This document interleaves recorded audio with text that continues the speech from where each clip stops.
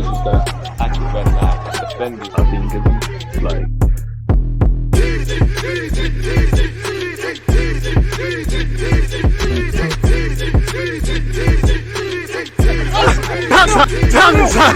People deluded, I'm back again. Come on, Ian, man. Come on. People deluded, I'm back again. First things first, festive greetings, Merry Christmas to all of you. Hope you're doing well and safe, spending the day with family, eating a lot of food and just enjoying some downtime, people. Obviously, Arsenal's back in action tomorrow. Arsenal versus West Ham, Boxing Day festivity football settings. I'll be doing a watch along for that. I think kickoff is at 8 p.m, so I'll be live from 7. Now, as usual, I hope you're doing well and safe. As I just said, having a great weekend, and on top of everything else I said, smash the like button, turn on your notifications, make sure you're thinking about what to commenting either via the live chat or after the video. Let me know your thoughts on what we're about to go through. Pretty sure you can see the title of the video, people. You know, Joao Felix is now taking legs and being the somewhat story that mainly is gravitating towards Arsenal in relation to the transfer market. Obviously, Mudryk's there and there's so on and so forth. So enough waffling. Let me share my screen with you lot. That's how you share your screen. First things first, again, don't know why this computer won't let me into the Athletic via this, but I'm logged in on my other one, so I literally just copy and pasted, the key parts from the article. Smash the like button. It was a very good article on the Athletic speaking about, Mikhail Mudryk and his sort of skill set, what he's like. The thing I took away is, he's primarily played on the left wing. I'm no expert. I can't tell you 10 games that I've watched. I can't tell you the guy's weaknesses, but just from doing a bit of research, watching a few games and looking at footage available to you, I had a lot of people in my comments saying, oh, right wing, you don't know what you're talking about. Literally, maybe I don't, but he's been playing left wing. And obviously, if you can play left, you can play right. We've been here with Saka and Martinelli, who some Arsenal fans didn't want to accept. Saka was a right winger. That one worked out well, didn't it, for all the ones that could see it? Not because they could see it. You saw him do it at youth level.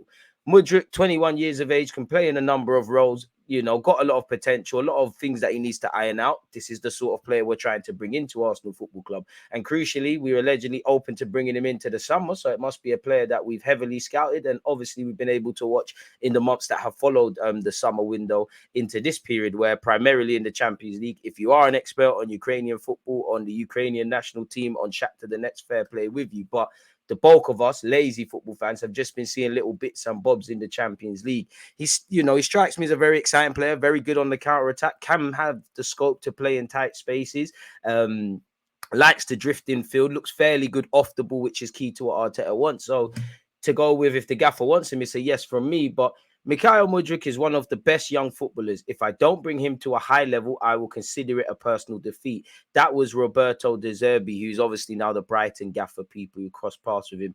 Most of the Premier League teams have been watching him. He's Arsenal's top target for the January window. Shakhtar, the next director of football, Cerner, is fond of saying he's the best in the world in his position after Kylian Mbappe and Vinicius Jr. So hopefully, if he is that and we've got him, we should be doing all right.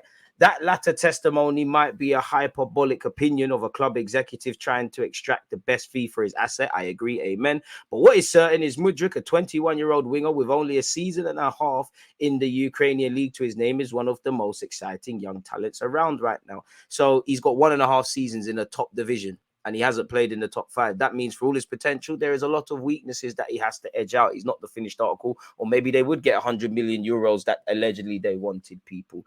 Obviously, we know he's excelled in the Champions League. It's his performances in the Champions League that have offered convincing evidence he is destined for higher things. He was extraordinary in their 4-1 win against RB Leipzig and scored in both games against Celtic. The second, a raspberry shot into the roof of the net after bulldozing a hole in the Scottish side's defence. With an exhilarating run that has become very familiar. He was already on the radar of many clubs, and in fact, he almost moved to Brentford in August, but those showings have emboldened Shakhtar to value the winger at 100 million euros. In brackets, if someone wants to have Mudryk in their team, they must pay, they must respect us. Allegedly, he's known as Mr. to his teammates and coaches. That's obviously a think piece on his life. Respectfully to him, that's great, but moving on a bit, people. Under 19s coach said he had a big problem moving from youth to professional football. Is it physically? He's got this opportunity, but he didn't use it. Something was missing. His attitude for me was not very good for a young player. He sometimes didn't hear what the coach said to him. I tried to speak with him to send him something. Xavi, the Barca coach, said about young players. It was a very good interview about young players and how they should have the right attitude.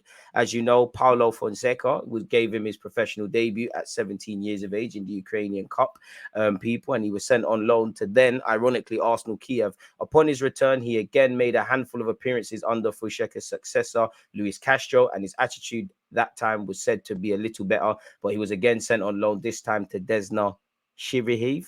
Forgive me for butchering that and mispronouncing that.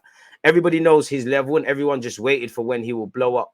It was when he was back to Shakhtar for the third time that something clicked. He changed his mentality, his approach to training, his attitude. He's totally different 3 or 4 years ago. And that's nice because you're doing that at the right time. So it means there might not be a Guendouzi issue and many of the other bust-ups we've had at this club. A big part of that was his relationship with De Zerbi, now Brighton manager, but who was Shakhtar's head coach for the 2021-22 campaign. Last season, when the staff of the first team really believed in him and gave him this confidence, he appeared.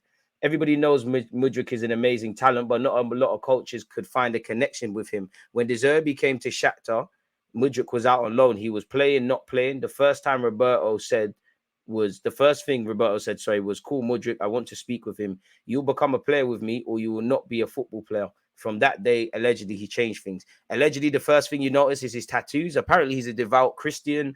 Obviously, that's good things because we're hearing, he's very religious. That means you're quite spiritual and you try to do things the right way, as everybody should. Mentality has shifted. So it's not about being good. It's about aspiring for perfection and being great as you can and ultimately achieving your own greatness. So these are positive things on top of evidently hearing he has talent, people.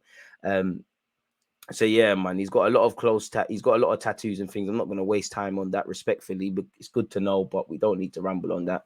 Apparently, again, it went on to say in relation to how he plays football, the pace provides plenty of advantages, most obviously in his favorite move, collecting the ball somewhere on the left field and cutting in at some velocity like a mirrored Iron Robin. More than anything, he seems to love taking people on, using his speed as a weapon. It sounds dumb, but not too many wingers in today's day and age want to do that. It's more inside forwards. The only time they want to run is running in behind.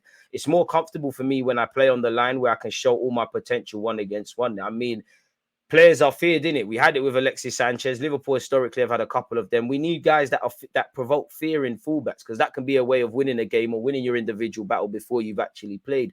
He will have to change because, as I said, the modern game has kind of changed now. To kind of get more goals, you have to be more of an inside forward or take that sort of middle ground between the byline and obviously the edge of the area. So there's a lot of things to be done, but there's a lot of assets that you would like. You like to take people on. Martinelli, probably the one out of all the Arsenal attackers that wants to take people on consistently. Saka's a bit of both. I think he equally likes to cut inside, play the neat little 1-2s and move into central areas off the ball, but he will take you on. I would like someone that would take someone on fairly consistently. So that's lovely to hear.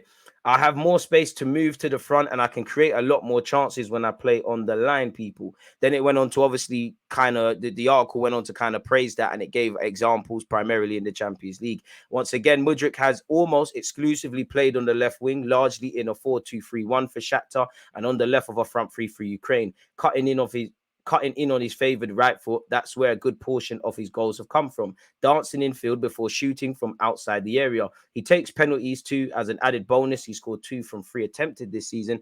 At this stage of his career, he's still a little unrefined, but is especially an agent of chaos, raw and incredibly talented. Someone you can drop into the middle of most defenses and cause panic. This, of course, serves a dual purpose. Defenses will be distracted by the threat he poses, so even if his individual move fails, they have probably taken their eyes off your other attackers, allowing them more room to do their thing, which is great. If you've got just Saka on his ones, he's going to not really have that good of a game. If you've got Saka, Martinelli, Jesus, Eddie, whoever, all creating problems, just like you have with City. Yeah, I got to worry about Haaland, but you got Julian Alvarez and Mahrez and Gundogan and Kevin and all these players dotted about several rows. So that makes sense. He's a dribbler, someone who seems to plot out the most direct route to go and aim straight for it, whether or not there is actually someone in his way. That impression gathered from the eye test is backed by data from Smarter Scout. You can see on the chart above that he likes to, well, obviously you can't, he likes to run with the ball, in brackets, carry and dribble volumes, 93 out of 99. And although he's not always great at looking after possession, something he'll have to improve on, that is part of his high risk, high reward approach. He has 7 goals and 7 assists in the league this season, but his underlying numbers reinforce just how strong his attacking contribution is. In brackets, expected goals from shot creation, 87 out of 99, and how strong he is at advancing the ball in dangerous areas. Expected goals in brackets from a ball progression, 84% out of 99. 84 out of 99. So without talking about the numbers, that tells you you're actually quite good at doing that regardless, innit? In terms of his success with those 1v1 duels, his dribbling is not just prolific but successful. Dribbling, he scores 78 out of 99. He's not particularly strong in the air or in the tackle, but they are not key parts of his game. One of his key areas is turning defense into attack, so he would fit perfectly in the team that threatens on the counter. Take this example from last season with Shakhtar when he faced, I cannot pronounce that name. He collects the ball in the left slot, not far from his own penalty area. So will anyone pay what Shakhtar wants? There are enough potential suitors that Shakhtar can probably expect the asking price to remain relatively high thanks to the competition, but there are a few red flags to consider. The rawness is clear. He's still under-refined, but with enough potential and upside that someone might be convinced that with the right coach, he could already be a star and be more of one in the future. But there's another point to consider. You don't have to read between the lines too hard in what those at Shakhtar have said to sense he can be a tricky character to work with. De Zerbi clearly knew how to handle him, and his successor at Shakhtar seems to be doing decent work with him too. Others have not been as successful. Any club that does their homework will have to judge whether those previous examples were more a result of immaturity and that he has grown up now, or whether they are indicative of a wider problem. The words of those currently at Shakhtar offer some indication that is the former. Even now in the first team, after each training, he stays on the pitch and continues to work for 1 or 2 hours. All the coaches were saying, stop Misa, which they call him. Please go, please stop, go and relax. He is hardworking.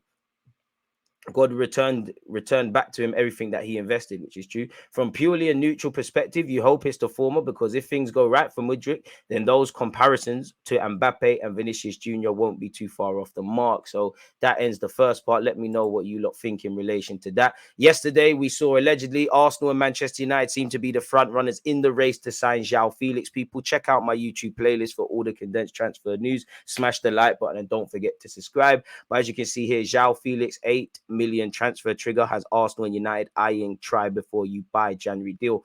They're asking for 8 million, which is half of his 16 million a year wages, really, which surely if you really want to pay 8 million, if it helps you get the title or top 4, great, but we're going to pay 8 million with no confirmed obligation to buy. 8 million quid is a lot of money for a player that isn't yours as great as he is. Surely that could be invested in other areas. What do I know? But as it says here, Atletico are prepared to let Joao Felix join an English Premier League club on loan next month, as long as the financial fair play costs of the Portugal international's contract are covered in full by his new employers. Really, apparently, allegedly, that's what they're saying. And it's gone on to, this article went on to say, discussions with Arsenal are understood to be more advanced at the present. Felix, who turned 23 last month, has been unhappy at Atletico for over a year, struggling with Diego Simeone's man management and tactical approach. Early this month, Chief Executive Miguel Angel Gil Marin publicly confirmed the discontent of the player, which we've seen his comments before.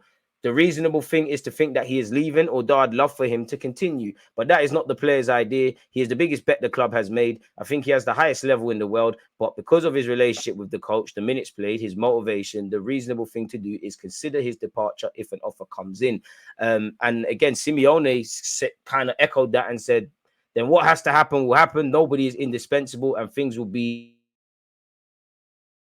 there. Means if he stays, great. If not, it is what it is, people. Updated article again, if we rely on Google Translate, Atletico is not willing to undersell Joao Felix in the winter market.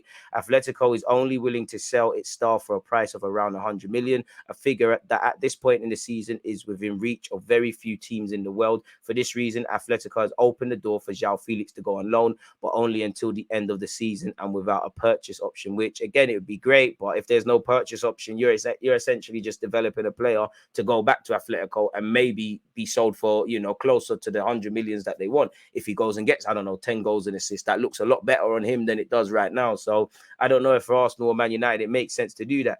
Today, Atletico and Joao Felix were not evaluating the loan option, but the high amount that the transfer would entail makes the operation difficult in the middle of the season. To this, we must add that the continuity beyond June the 3rd of Simeone is not clear.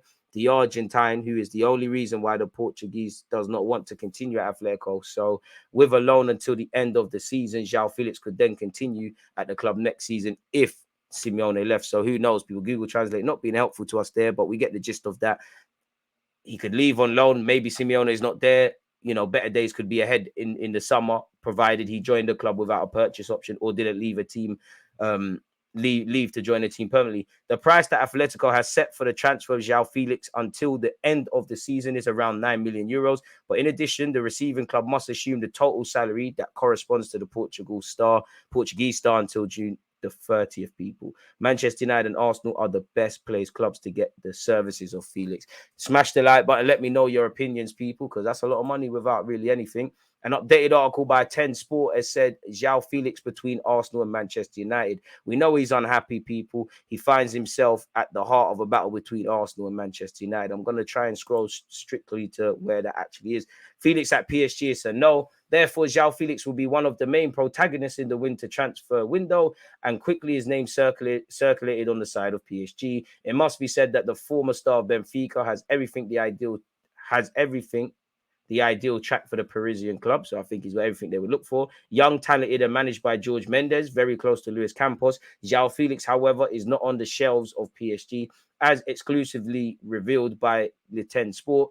The former Benfica star does not fit the profile sought by Campos, a Gautier duo. It must be said that with Messi, Neymar, and Mbappe, the offensive sector of PSG is already well stocked. And it is very likely that Joao Felix's next club will be in the Premier League. Didn't we hear Aston Villa?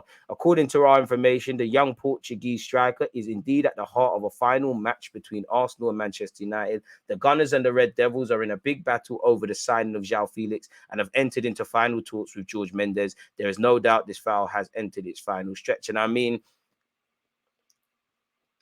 it really depends which club he's going to go to, because I think there's reasons for and against both teams, really and truly. For us, obviously, we're doing this youngster thing. You'd have a place there. Arteta's playing great football. Arteta and Ten Hag are both of the same sort of trainer, coach, developing talent. Obviously, there's a Portuguese influence currently and historically at Manchester United. George Mendes has good relationships historically with Manchester United, and also since Edu and Arteta really started running the ship, them as well, as seen with his client Vieira. So it depends. If it came down to money, you'd imagine Man United are more flexible to commit to whatever Atletico want. So we'll have to see what's going on in that regards, man. I'm a bit more optimistic on Mikhail Mudryk than Joao Felix because of the money and all of these sort of things, but you never know. According to this publication, it seems that Arsenal is now leading the race to contract with Joao Felix. Arsenal wants to compensate for the absence of Gabriel Jesus by contracting with Felix. So that, you know, it all depends where you read. Atletico Madrid is not willing to sell Joao Felix in the winter transfer window. The players wishes to leave this next transfer window, but not at any price. Atletico is only willing to transfer and consider transfers its star for a price of around 100 million euros. So that's what this journalist is saying. The 100 million figure, as we know, is one that few clubs are going to commit in January, really. And for all his talent, he's hit a bump in the road, so his name ain't really that hot. So we'll have to see. This article's linked us with Ibrahima Bamba once again, who's an Italian international playing in Portugal. Fits the profile of what we're looking for in midfield. We've heard that there's been interest in the 20-year-old from Arsenal, PSG, Club Brugge, and Atalanta. And all these clubs have been following him for some time with a view of a January window move. That's about the only information mentioned about the Gunner, says this article here. So we'll have to see, people. He signed a new deal in October until 2026. Apparently, his club is willing to negotiate his sale next month if they receive a significant financial offer. So put the money down. So we'll have to see. They're willing to sell, and Arsenal need to make an offer that is convincing to them if they wish to sign him in January. So make of that what you will. Fabrizio Romano, I believe, has been speaking in relation to Mikhail Mudryk, scrolling down to exactly what he said. In the final days of the summer transfer window, when Everton offered 30 million for Mudryk, they were always asking for 50, 55. And now after the Champions League group stages where he was amazing, they're asking for 100 million euros. Arsenal have a feeling that Shakhtar could accept maybe 60 to 65 million euros to find the right package to include maybe some add-ons to find some smart formula to sign Mudryk. So we'll have to see how that one there develops, people. And again, Ben Jacobs has said on Mikhail Mudryk, Arsenal have made the moves on Mudryk in the sense that they are now in talks with both Shakhtar and Mudryk's reps. The talks with Mudryk's reps are easy because Mudryk wants Arsenal. The negotiations with Shakhtar are a lot harder. So we'll have to see exactly what's going to happen there. But it comes down to just simply put, how much are you going to pay? Football.London has said, better yet, Football.London understands that there have been some talks with Fulham and Bayern Leverkusen over a potential move for Cedric Suarez. The Gunners could be tempted to let him go with 1.5 years left on his contract, people. So it all depends where you read that. Arsenal have been linked once again with bringing in Rabiot, and apparently we're not interested in getting him for free. We want to bring him now, people. The Gunners' idea is to try to immediately bring the midfielder to the Emirates, and to do that, they're ready to sit down at the negotiating table with the Turin club, people. So we'll have to see. Allegri wants to keep him on until the end of the season, even if that means losing him on a free. Apparently, his mother/agent is demanding 10 million euros per season as part of his salary, people. And at 26, 27 years of age, Rabiot's in his rights to command that. But he's clearly a talented player, very talented player. But is he that good? You know, again, I don't know him personally or his mother, but it seems that every club he goes to, he kind of leaves either on a snaky thing, running down the deals, or there's a lot of talking by him and his advisors. So I'm not too sure if he's the right character necessarily, but he would definitely bring a lot. And if Arteta wants it, make it happen, innit? Really and truly, people.